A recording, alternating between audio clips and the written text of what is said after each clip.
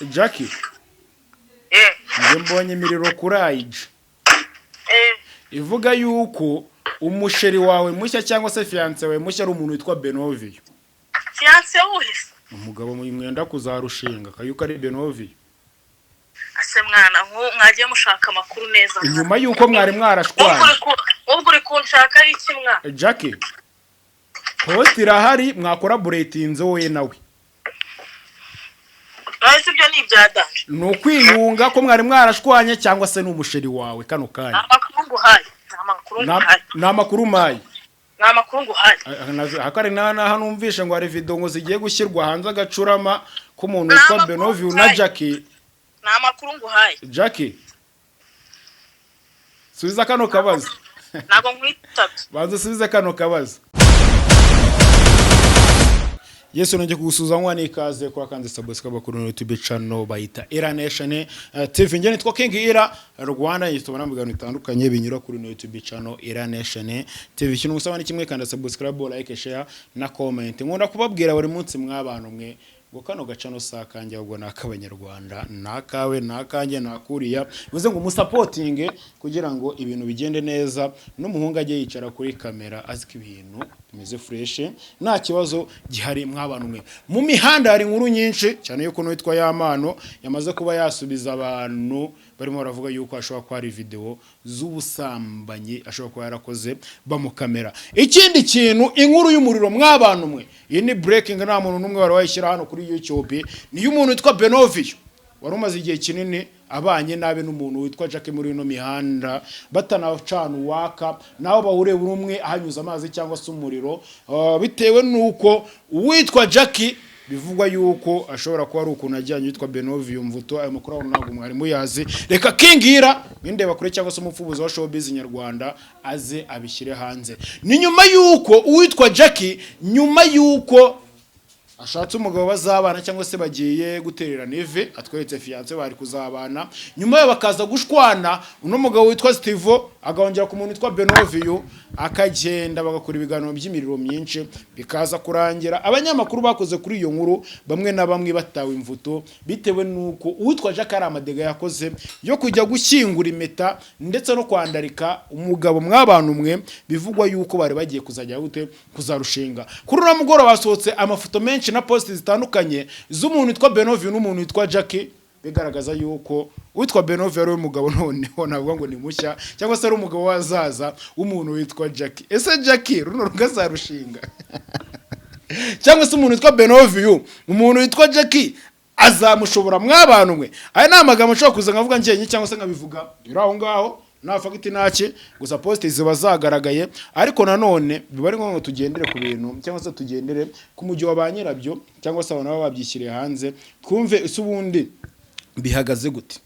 Iyi bifu y'umuntu witwa Jackie n'umuntu witwa Benovio, murabizi yuko umuntu witwa Benovio ino bifu yatumye kamamagare Jackie Yo bimeze gute sawa kano kanya kuraje ni mu kiganiro ariko mbere na mbere. Kiganiro kibitse kandi wa mana Jackie, njye mbonye imiriro kuri ayiji ivuga yuko umusheri wawe mushya cyangwa se fiance wawe mushya ari umuntu witwa Benovio. Fiance wuhise Umugabo mwenda kuzarushinga kayuko ari Benovio. ase mwana mwagiye mushaka amakuru neza Inyuma yuko mwari mwarashwana. Ubwo uri kunshaka iki mwana? Jackie, post irahari mwakoraboratinze wowe nawe. Nahise ibyo ni ibyadanje. Ni ukwiyunga ko mwari mwarashwanye cyangwa se n'umusheri wawe kano kanya. Amakuru nguhaye. Namakuru mayi. Namakuru nguhaye. Hakari na hanumvishe ngo ari video ngo zigiye gushyirwa hanze agacurama ko umuntu witwa Benovio na Jackie. Namakuru nguhaye. Jackie, subiza kano kabazo. Nago nkwitabye. Banza subiza kano kabazo. Vuga ngo yego. Usubiza kano kabazo wamfura kaziwe. Oya. Akose bwanza kuganiriza abanyarwanda. Nabyanze yego. Ubwo bivuze ngo urukundo rwoza kurujyamo mu bwihisho. Iyo ngibyo nindi ubikubwiye. Nise kwaza gutangaza kandi tubonye post yawe na Benovio. Amakuru nguhaye. Nise vuga ngo nge na Benovio twiyunze gusa cyangwa se turi mu rukundo. Nta makuru nguhaye. Ako couple yawe nawe yabirenze. Nta makuru nguhaye. Nyuma yuko wiyunze na Benovie umuntu witwa buri kantu na buri nguni birasaba ko mutandukana cyangwa turitegura indirimbo yawe n'umuntu witwa Benovie muri no minsi. Nta makuru nguhaye. Nta makuru uri butange.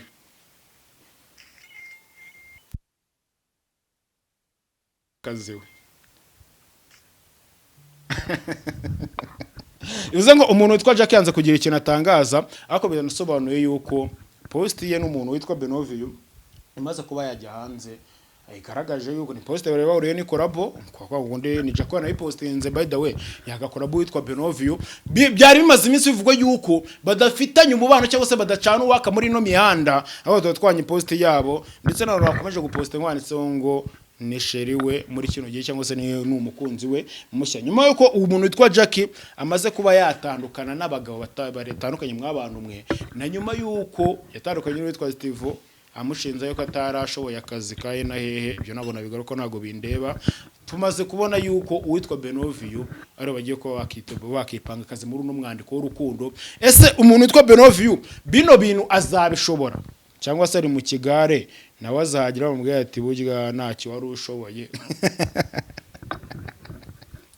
kuri majika ngwamagaye kanga cyangwa nawe uzagira bakubwira ati burya nta kintu wari wishoboreye nawe nawe wagezaga bitume nabo batandukana bivemo na rwasere hanini cyangwa se bivemo na saganini muri no mihanda mw'abantu mwe abo nakoresha social media nyangwa yuzo post bazibonye gati umuntu witwa Jack waramaze kwipanga akaze ku muntu witwa buri kantu na buri ngune yarishyize mu mwanya ariko nawe akajya bamwima umwanya wo kuba yagaragaramo cyangwa se ari ipanze akazi ko kujya muri no team ariko bakajya bamwima umwanya wo kuba yagaragaramo tumaze kubona nyuma yuko basohoye indirimbo yitwa bari hehe nawe we n'abantu bitwa buri kantu na buri nguni indirimbo hiteke bayarangiye bakaba batatse undi mukobwa witwa Deborah bivuga yuko uwitwa buri nguni yamuteye inda Jackie bagasanga amusunikira inyuma nibwo tubonye yuko asubiye kwa Benovie bivugwa yuko uwitwa Benovie cyangwa se kuri Magique yajyaga mujyana muri studio ye akamurikodingishiriza indirimbo ku buntu ndetse akanamushyira no mu gitwe cyatumye mu kizuru cyatumye abantu bamenya umuntu witwa Jackie batari bamuzi mw'abantu ibyo naga ari ibintu natindaho ahubwo ndagaruka ku nkuru y'umuntu witwa Yamano numanze mu minsi yashize byavuzwe yuko hari video zigiye zajya hanze z'ubusambanye cyangwa se zigaragaza aho gusambana witwa Yamano yaje avuga ati izi video murimo murashaka kuba mwashyira hanze mw'abantu mwe muzihagazeho ko nanye mfite amatsiko yo kwa narebe se ubundi izo video kuko zimeze gute anja kure umuntu ubushyira izo video hanze gusa rangi azansona bazikuye asobanira na leta n'abanyarwanda izo video zavuye amajwi nayangaye mw'abantu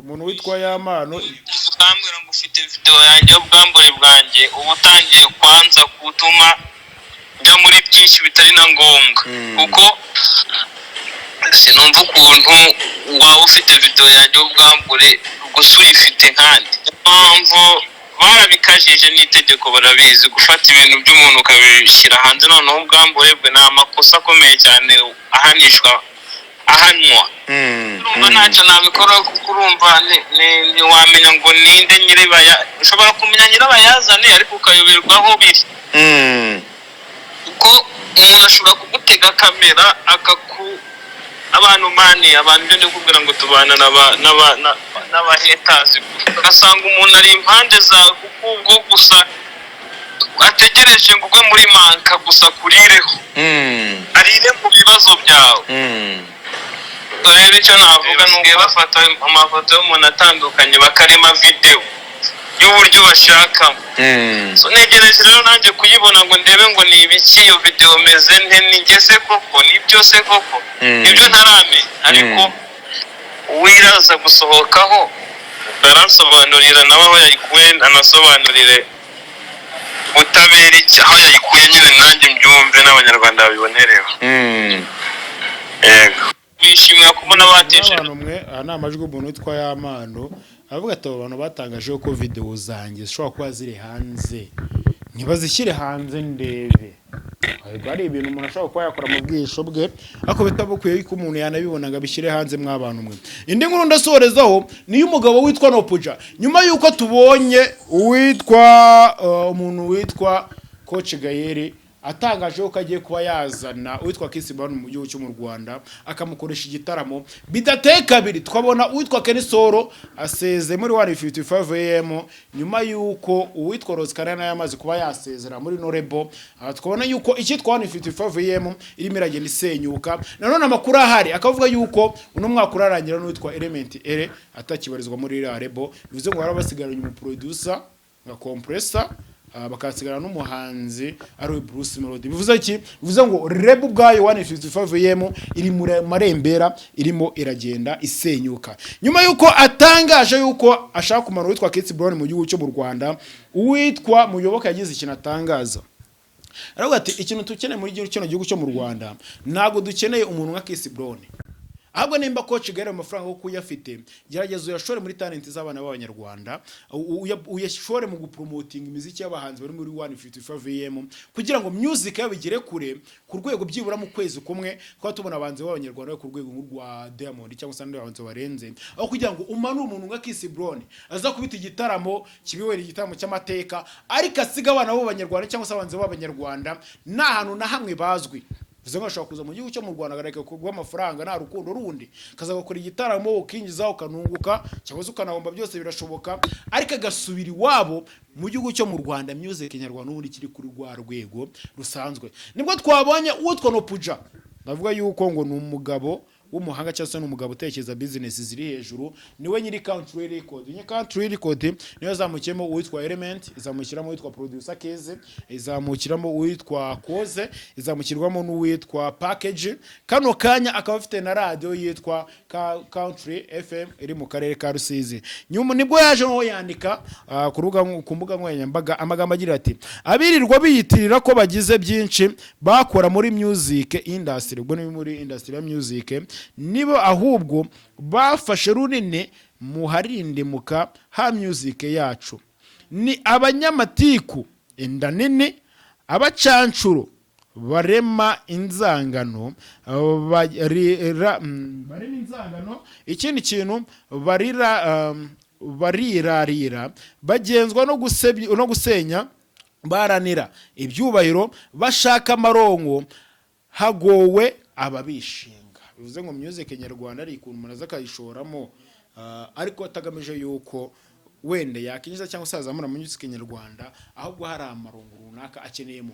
Ni nyuma yuko uwitwa manager biye byose Alex Muyoboke aje akebura uwitwa coach Gayer ati Chris Brown umuhagaritse, ahubwo gerageza promoting imiziki y'abanyarwanda. Kano kanya amakuru batarashira hanze nuko uwitwa coach Gayer kano kanya ari muri Afrika y'Epfo, aberuka gutumira uwitwa Chris Brown. Bivuze yuko ashaka ko yagiye mu kujyanga negosiye cyangwa se anaganire n'abantu bare bagize uruhare mu kumutumira, bumva icyo yashobora kuba yarabasabye cyangwa se bumve n'umurongo runaka agenderaho kugira ngo aza mu gihugu cyo mu Rwanda aze kugira avuga ati kugira ngo manuru witwa Chris Brown biransa bibi cyangwa se ngo mbibi cyangwa se nditwara uku, kugira ngo Chris Brown agire gute amurika mu gihugu cyo mu Rwanda. Bivuze ngo baramuhonda ariko nta noga ni ikinyarwanda. Bivuze ngo n'undi witwa coach Gahere yamaze kwemeza yuko witwa Chris Brown agomba kumumanura mu gihugu cyo mu Rwanda mwabantu.